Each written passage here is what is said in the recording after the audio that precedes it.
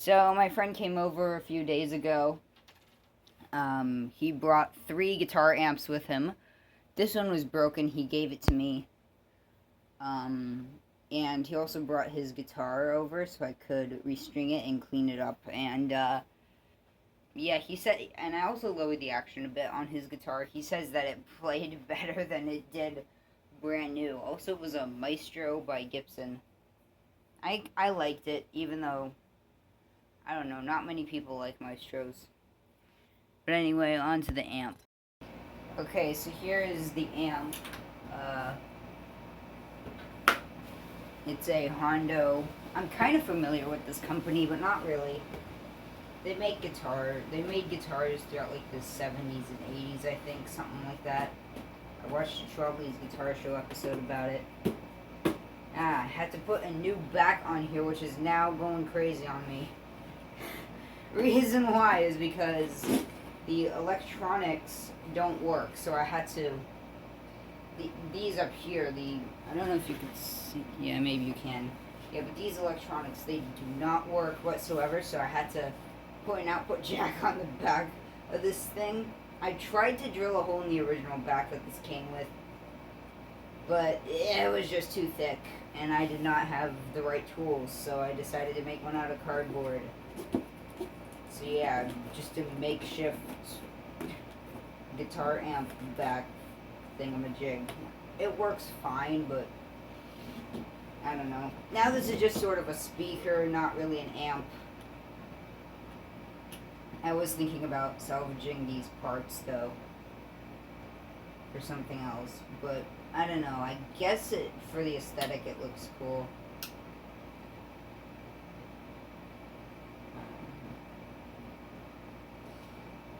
But yeah, it's a pretty basic combo amp. It's just got, the handle up here. It's got these corner things that hold it together. Just a volume and tone knob, nothing really too fancy. And it's also got an overdrive switch and a power switch. I'm not sure if all amps have a headphone output jack, but I guess most of them do. Not all of them, I don't think. Then they also have an input right here. Some have 2, some have more than that. This one only has 1 input. Well, technically 2 because this on the back. Also, I tried to cut this to the actual size of the original back to make it fit, and also there's like a little port down here for the air to come out from the speaker. And then also, when my friend gave this to me, he told me that he chopped the wire for it. And yeah, he cut it a little too short. And I was thinking about maybe repairing it. That might be a future video. Possibly. I don't really know yet. But yeah. It looks kind of cool, and I really want to give you guys a sound demo, but problem is my iPad is like dead, so don't think I can. So yeah. I guess instead of all that, I could show you all my amps that I have. Well, I have 4 amps, but I'm only going to show you my good ones. Only 3 of them. So here I have this Fender Rumble 15 bass amp.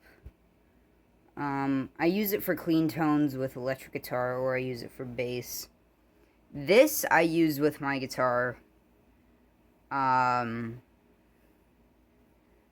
This one, I got it at Walmart for like $50. It's kind of a bad amp, somewhat-ish, I guess, because, I mean, the tone is pretty decent. But what I don't like about it is the fact that I have to, smash it every 15 seconds because it goes so quiet sometimes. Like, I have the volume pretty loud, then it just quiets down all of a sudden, and it's really annoying. You could see some holes where I no, actually, I just took my X-Acto knife to try to make some sort of thing on here to make it look like I smashed it. But I did actually break it once because I kind of took off some of the... And then this guy. It's all dusty. Look at that. I need to clean this thing. I don't know, I think it's an old amp. I'm not really sure. The speaker does not really look all that vintage to me. Like, when I think of a vintage speaker, I think of like a square magnet or something. Then here's the amp that I use for it. I just use this little stereo system. I have my iRig. That's what I plug into my iPad to get the tones. Guitar cable. I just found a random one. I have a bunch of boxes of like cords and wires and stuff.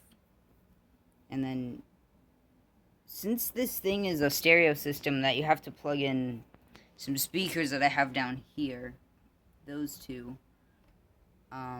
into this, you have to plug them in on the back with, I don't know, like an auxiliary cable kind of thing. So I just put an adapter on that, and then that's what I run through my amp. It works fine, but maybe there's a better way to do it. Because, you know, there's always room for improvement. I will do a part 2 on this amplifier, which will be a sound demo once my iPad is charged. As of right now, I'm going to end the video. Thanks for watching. Subscribe, comment, blah blah blah, and see you in the next video, I guess.